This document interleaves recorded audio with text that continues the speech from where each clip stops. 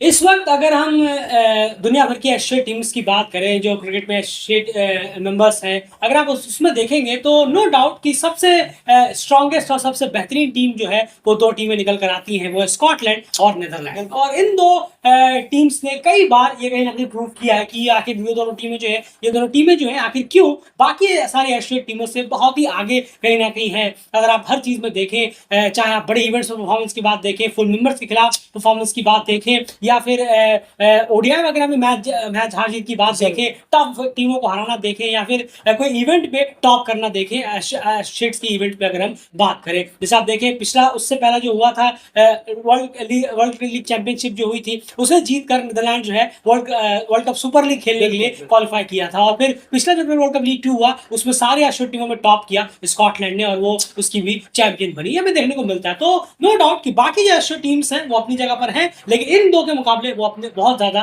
पीछे नजर आती है। लेकिन ये दो दुनिया की सबसे स्ट्रॉन्गेस्ट और सबसे बेस्ट एशियाई टीम्स है इस वक्त की अगर हम बात करें तो उसमें कोई दो राय होगी। खैर, लेकिन इन दोनों में से सबसे बेहतर कौन है? स्कॉटलैंड नंबर 1 टीम है या फिर नीदरलैंड नंबर 1 टीम है एसोसिएट में, ये जानने की बहुत ज्यादा जरूरत है। चलिए आज इस पे कहीं ना कहीं डिस्कशन करते हैं। अब सबसे बड़ी बात यह है कि जैसे कि मान के चलिए अगर आपको स्कॉटलैंड पसंद है तो नो डाउट आप सीधा कहेंगे यार स्कॉटलैंड बहुत बेहतरीन है, लेकिन आपको नीदरलैंड पसंद है तो आप नीदरलैंड के लिए दलील देंगे कि नहीं, हाँ नीदरलैंड जो है वो नंबर 1 टीम है। तो वो आपके फेवरेटिज्म के ऊपर डिपेंड करता है कि आपको स्कॉटलैंड थोड़ा ज्यादा पसंद है तो आप स्कॉटलैंड को नंबर 1 कहेंगे, आपको नीदरलैंड थोड़ा ज्यादा पसंद है तो आप नीदरलैंड को नंबर 1 कहेंगे। लेकिन एक न्यूट्रल पर्सपेक्टिव से अगर देखने की कोशिश करें तो जानने की कोशिश करते हैं कि आखिर दोनों टीमों में जो है वो नंबर 1 हर पैमाने पर कौन सी है। सिर्फ ये बोल कर नहीं कि एक पैमाना आपने पकड़ लिया उसी को लेकर आप चल रहे हैं, आपको सारे पैमाने ठोक पीट कर चेक करने पड़ेंगे कि आखिर नंबर 1 और सबसे स्ट्रॉन्गेस्ट एशियन टीम इस वक्त कौन है हर पैमाने पे अगर हम बात करें। तो कुछ पैरामीटर्स हैं हमारे पास 5-6, उसी से डिसाइड होगा, डिसाइड करने की कोशिश करते हैं कि कौन सी टीम नंबर 1 है। सबसे पहला पैरामीटर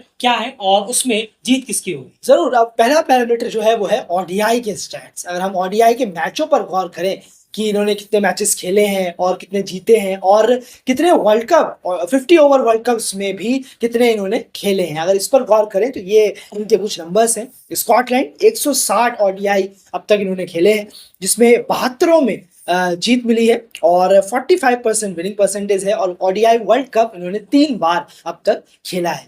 वहीं नीदरलैंड्स की बात करें तो 127 गेम्स इन्होंने खेले हैं, जिसमें कि 43 में जीत मिली है, 34% 34% विनिंग परसेंटेज है, और वर्ल्ड कप 5 बार खेल चुके हैं। बिल्कुल, तो ये तो बात हो गई दोनों की ओडिया स्टेट्स की। अब यहाँ पर पॉइंट्स हम किसे देंगे? देखिए पॉइंट्स की अगर बात की जाए तो winning percentage no doubt Scotland का बहुत ही ज्यादा है, 45% है, जो कि लगभग 11% ज्यादा है नीदरलैंड से। लेकिन एक चीज ये इनकी स्कॉटलैंड की जरूर जा रहा है उसके बाद, लेकिन आप अगर आप वर्ल्ड कप पे गौर करेंगे ओडीआई वर्ल्ड कप पार्टिसिपेट में, तो वहां पर नीदरलैंड जो है दो ज्यादा ओडीआई वर्ल्ड कप खेला हुआ है यहाँ पर स्कॉटलैंड के मुकाबले। अगर हम देखें तो यहाँ पर 5 ओडीआई वर्ल्ड कप, ये पॉइंट उनके फेवर में जाता है। और उसके बाद अगर आप देखेंगे तो जो लास्ट 3-4 साल हैं उसमें नीदरलैंड्स ने फुल मेंबर्स के खिलाफ ज्यादा ओडीआई खेले हैं, बहुत ज्यादा ओडीआई खेले हैं। लेकिन अगर आप स्कॉटलैंड को देखेंगे तो उन्होंने लास्ट 3-4 सालों में अपनी से लोअर रैंक एसोसिएट टीम के खिलाफ, यानी अपने ही सारे एसोसिएट्स हैं जैसे आप Oman, Namibia, Nepal, UAE, USA, इनकी मैं बात कर रहा हूँ, लेकिन वो सबसे लोअर रैंक ही होगी ओडीआई में, क्योंकि स्कॉटलैंड बहुत आगे है इन सब टीमों से। तो उनके खिलाफ उन्होंने मैचेस खेले तो वो जीत भी बहुत ज्यादा इसमें इन्वॉल्व है, जो 45% विनिंग परसेंटेज में यहाँ हो जाती है। दोनों को यहाँ पर एक एक पॉइंट शेयर हम करेंगे कि दोनों के अपने अपने रीजंस हैं, अपने अपने ओडीआई में स्टैट्स की वजह से। तो एक एक पॉइंट दोनों को शेयर होगा, तो एक पॉइंट यहाँ नीदरलैंड और एक पॉइंट स्कॉटलैंड। हर पैरामीटर के हम 2 पॉइंट देंगे अगर किसी के फेवर में जाता है। ये स्प्लिट हुआ तो एक एक पॉइंट यहाँ पर हमने दिया। एंड अगला नंबर चलते हैं टी20 की तरफ। बिल्कुल, टी20 स्टैट्स पर नजर डालें तो स्कॉटलैंड ने 99 गेम्स अब तक खेले हैं, 46 में उन्हें विन मिली है, 46% उनका विनिंग परसेंटेज है, और 5 बार वो टी20 वर्ल्ड कप खेले हुए हैं। वही नीदरलैंड्स की अगर हम टी20 स्टैट देखें तो 111 गेम उन्होंने खेले हैं, 54 मैचेस जीते हैं, और 49% विनिंग परसेंटेज है, और उन्होंने भी सेम एज स्कॉटलैंड 5 टी20 वर्ल्ड कप खेल डाले। बिल्कुल, तो यहाँ पर अगर आप देखेंगे क्लियरली तो टी20 स्टैट्स जो हैं वो 3% से नीदरलैंड जो है विनिंग परसेंटेज में स्कॉटलैंड से आगे है, वर्ल्ड कप दोनों का बिल्कुल, जी हाँ। बराबर है। तो डेफिनेटली यहाँ पर आपको ये पॉइंट जो है नीदरलैंड बहुत क्लोज है स्कॉटलैंड, लेकिन डेफिनेटली फिर भी नीदरलैंड्स यहाँ आगे है, तो आपको उन्हें ये पॉइंट हर हाल में देना होगा। तो नीदरलैंड्स को यहाँ पर ये पॉइंट जाता है। तो अब जो स्कोर बैठता है वो है 3 और 1, वो स्प्लिट हुआ था, यहाँ पर 3-1 का जो बात यहाँ पर हो जाती है। अब इसको लेकर चलते हैं नेक्स्ट लेवल। अब बात करते हैं वर्सेस फुल मेंबर्स। बिल्कुल। फुल मेंबर्स में इंटरनेशनल क्रिकेट में ओडीआई टूर्नामेंट मिलाकर इंटरनेशनल क्रिकेट में दोनों टीमों के क्या विनिंग परसेंटेज है, चलिए उसके बारे में जानते हैं। जरूर, स्कॉटलैंड की बात करें वर्सेस फुल मेंबर्स तो 71 मैचेस उन्होंने खेले हैं, जिसमें कि 11 में उन्हें जीत मिली है। 16% विनिंग परसेंटेज है। वहीं नीदरलैंड्स पर अगर नजर डालें तो 96 गेम उन्होंने खेले हैं फुल मेंबर्स के अगेंस्ट, ओडीआई और टी20 मिलाकर, जी। और 18 गेम्स में उन्हें जीत मिली है और 19% उनका विनिंग परसेंटेज है। बिल्कुल, तो यहाँ पर भी आप देखेंगे डिफरेंस ज्यादा है नहीं, सिर्फ 3% का डिफरेंस है दोनों में ही। फुल मेंबर्स के खिलाफ स्कॉटलैंड को 11 जीत मिली है, 16% है, नीदरलैंड्स को 18 जीत मिली है, 19% है, लेकिन 3% की लीड अभी भी यहाँ पर भी नो डाउट नीदरलैंड्स के ही फेवर में है। तो क्लोज ही सही, लेकिन नीदरलैंड्स के फेवर में है, तो ये पॉइंट भी नीदरलैंड्स को जाएगा। जहां पर आ जाती है 5 और 1 की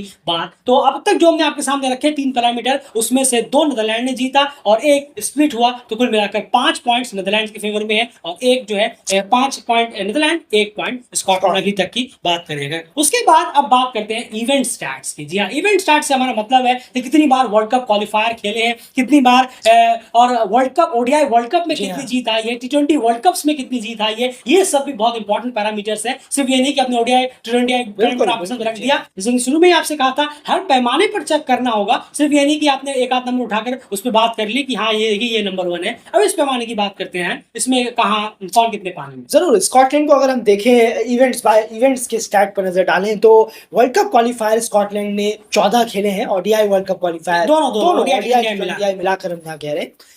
विंस इन वर्ल्ड कप में ओडीआई वर्ल्ड कप ये आ जाते हैं। 14 world cup games, ODI world cup game खेले हैं स्कॉटलैंड ने, एक में भी स्कॉटलैंड को जीत मिली नहीं है, अभी भी उन्हें इंतजार है।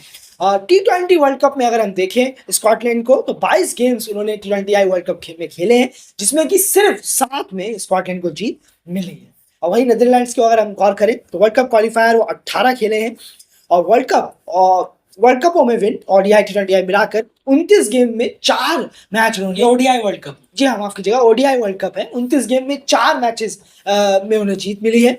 और टी20 वर्ल्ड कप पर अगर हम नजर डालें तो 27 गेम खेले हैं नीदरलैंड ने, जिसमें कि 10 में नीदरलैंड्स को जीत मिली है टी20 वर्ल्ड कप। बिल्कुल, तो यहाँ पर भी अगर आप देखेंगे तो क्लियरली तीनों ही पॉइंट्स में नीदरलैंड जो है वो स्कॉटलैंड को मात देता हुआ नजर आ रहा है। उन्होंने 4 वर्ल्ड कप क्वालिफायर ज्यादा खेले हुए हैं और वर्ल्ड कप में स्कॉटलैंड, ओडीआई वर्ल्ड कप में स्कॉटलैंड अभी भी अपनी पहली जीत ढूंढ रहा है, लेकिन वहां पर नीदरलैंड्स ऑलरेडी 4 जीत ले चुका है, जबकि उसमें से 2 जीत तो अभी 2023 वर्ल्ड कप में हमारे सामने आई, साउथ अफ्रीका और बांग्लादेश को जब उन्होंने मात दी थी। वहीं पर टी20 वर्ल्ड कप में स्कॉटलैंड की 7 जीते हैं और नीदरलैंड्स की 10 जीत है। नो डाउट यहाँ पर 5 मैच नीदरलैंड के एक्स्ट्रा भी जरूर है, लेकिन आप फिर अगर विनिंग परसेंटेज निकालेंगे जहां पर ये सब चीजें क्लियर हो जाती है, तो उसमें भी विनिंग परसेंटेज में भी जो नीदरलैंड्स है उसका परसेंटेज स्कॉटलैंड से ज्यादा कहीं ना कहीं बैठता है। तो ओवरऑल इन तीनों पॉइंट्स में नीदरलैंड्स ने यहाँ पर स्कॉटलैंड को मार्क दिए, तो यहाँ पर भी उन्हें 2 पॉइंट और मिलेंगे, यानी 7-1 का डिफरेंस अभी तक नजर आया। हमने जितने भी पैरामीटर्स अभी तक आपके सामने रखे, ओडीआई टी20 वर्सेस फुल मेंबर,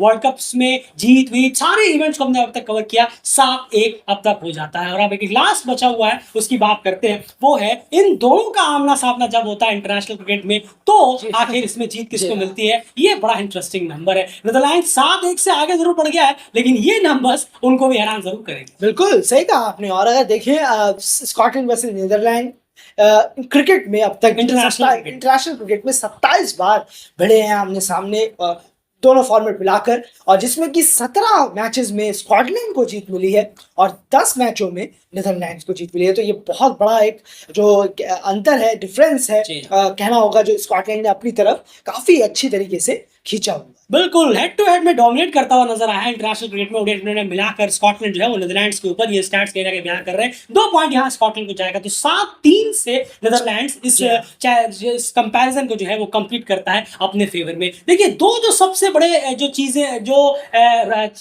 गई हैं नीदरलैंड्स की फेवर में वो ये है कि स्कॉटलैंड के मुकाबले नीदरलैंड्स जो है वो फुल मेंबर्स के खिलाफ ज्यादा सक्सेस कमाने में कामयाब रहा है। और दूसरी बात वो इवेंट्स पर जो वर्ल्ड कप है, वर्ल्ड कप है, बड़े इवेंट्स पर स्कॉटलैंड से बेहतर परफॉर्मेंस देने में कामयाब रहा है, मैच विनिंग परफॉर्मेंस देने में कामयाब रहा है। ये दो चीजें ज्यादा बेटर रही है नीदरलैंड्स की। वरना स्कॉटलैंड वर्सेस नीदरलैंड बैकग्राउंड ने बताया वहां तो स्कॉटलैंड डोमिनेट करता है, लेकिन जब वर्ल्ड कप इवेंट्स की बात आती है तो नीदरलैंड्स ने ज्यादा बेटर रिजल्ट्स दिए हैं इन कंपेयर टू स्कॉटलैंड। और उसी फेस में स्कॉटलैंड कहीं ना कहीं पीछे हमें नीदरलैंड्स के जाता हुआ नजर आता है। एंड क्या कहेंगे? नहीं, बिल्कुल सही कहा आपने। और हर पैरामीटर हमने देखा बहुत क्लोज है स्कॉटलैंड, और इसीलिए ये डिबेट चलती रहती है कि आखिर दोनों में नंबर वन कौन है। ये डिबेट बिल्कुल सही चलती है क्योंकि नंबर्स बहुत मार्जिनल क्लोज है। बिल्कुल, और ये भी हमें देखना होगा कि आप नंबर्स के लिए जरूर जा रहे हैं, लेकिन ये फैक्ट चेक है, फैक्ट चेक जिसे हम कहते हैं कि ये भी हो सकता है। जी हाँ, बिल्कुल हो सकता है। अगर आप देखेंगे अभी तक ओडीआई वर्ल्ड कप में खाता नहीं खुला है, अगर हम देखें स्कॉटलैंड का